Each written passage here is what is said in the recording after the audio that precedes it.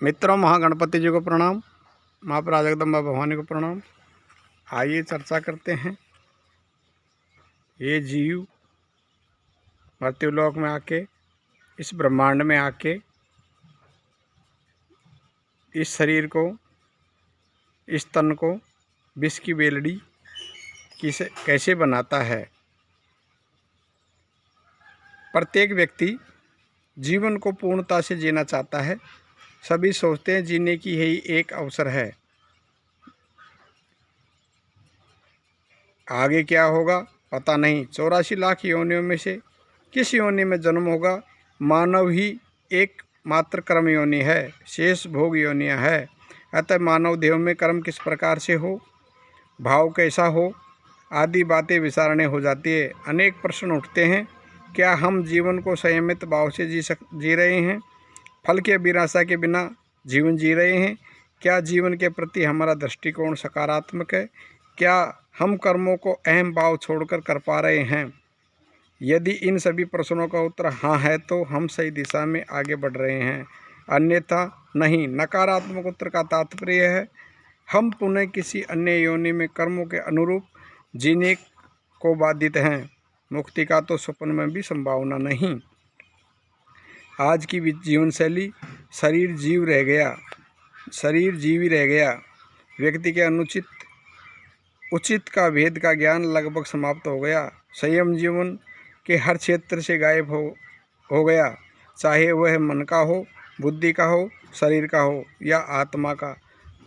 मन चंचल है, वह विषय की ओर भागेगा ही। आज विषय जाल की कोई भी नहीं बच पा रहा। भगवान कृष्ण ने अर्जुन को भी गीता ज्ञान में यही उपदेश किया, हे अर्जुन, तू एक कर्मयोगी है, तू अपने कर्म को कर, फल की इच्छा मत कर। सभी मनुष्य अपने विवेक एवं बुद्धि के साथ किए गए निर्णय जीवन में सकारात्मकता भरते हैं। नकारात्मकता व्यक्ति को संतुलित जीवन से बाहर रखती है। बुद्धि ही मन के विषय की ओर दौड़ते रहने पर अंकुश लगा सकती है अथवा उन्हीं में रमे रहने की ओर प्रेरित कर सकती है। कृष्ण विवेकपूर्ण निर्णय की क्षमता को व्यावसायिक बुद्धि कहते हैं। कबीर ने कहा, यह तन विष की बेलड़ी है, अर्थात यह शरीर विष की बेल है। शरीर सर है, नश्वर है। शरीर के प्रति आज हमारा दृष्टिकोण कुछ अलग है। हम जीवन को वैसे नहीं देखना चाहते जैसा हमें ईश्वर ने रूप दिया है। नश्वर शरीर की सजावट पर ही हमारा ध्यान रहता है। इस शरीर के भीतर बैठे आत्म तत्वों की ओर हमारा ध्यान नहीं जाता, बात मन में नहीं आती। तब किसकी मुक्ति चाह रहे हो, इस नश्वर देह की या आत्मा की? देह तो नष्ट होगी ही, क्योंकि कृष्ण भी कह रहे हैं प्राणी फसल के समान ही उगते हैं और नष्ट हो जाते हैं। तब शाश्वत आत्मा तो पुनः जीवन प्राप्त करेगा। हाँ, योनि कर्मानुसार प्राप्त होगी। 84 लाख प्रकार की योनियों में से कोई भी योनि मिल सकती है। शरीर जीवी संयम भाव से जीवन यापन नहीं कर सकता। भोग विलास में जिंदगी जीना ही बंधन का कारण बनता है। कर्मों में फल की अभिलाषा नहीं रखो। यही बात पर आधुनिक चिंतन में डूबा व्यवहारिक व्यक्ति तुरंत कहता है कि जब फल ही नहीं तो कर्म क्यों किया जाए।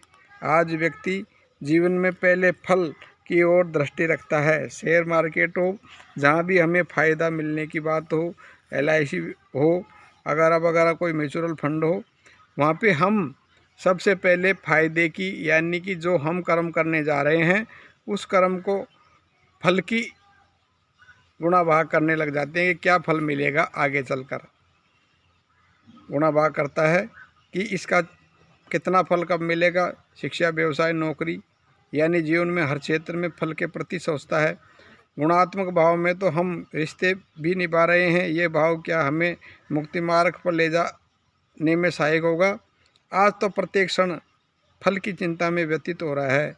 चाहे कर्म करे या ना करे, पर फल तो चाहिए। यह आकांक्षा हमें बंधनग्रस्त बने रहने के लिए, 84 के चक्र में घूमते रहने के लिए ही बहुत है। फल के प्रति दृष्टि व्यक्ति को अहम भाव से दृढ़ता से बांधती है। किया हुआ कर्म यदि मैंने किया है का भाव है तो इसी भाव के साथ समाप्त हो जाता है, तो अवश्य ही इसमें मुक्ति तो कदापि संभव नहीं। कर्मों को ईश्वर के प्रति समर्पित करना चाहिए। आज की पढ़ी लिखी पीढ़ी तो भोजन करने से पहले मोबाइल उठाकर भोजन की फ़ोटो खींचकर सोशल मीडिया पर वायरल करती है। हमारे पूर्व में भारत के निवासी पहले भोजन में से अन्न में से एक निवाला ईश्वर को भोग लगाकर स्वयं ग्रहण करता था।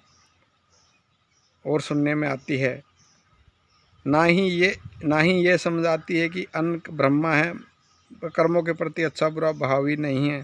तब कर्मों की परिभाषा क्या, यही भी विचारणीय है। और फल की आकांक्षा के परिणाम क्या है, इस पर भी चिंतन होना चाहिए। मित्रों, हम हमारे चैनल पर ऐसी अच्छी जानकारी आपको देते रहते हैं। हमारे चैनल पर दी गई जानकारी आपको अच्छी लगती हो, हमारे चैनल को लाइक करिए, शेयर करिए और सब्सक्राइब करना ना भूलें। हरि ओम, हरि ओम।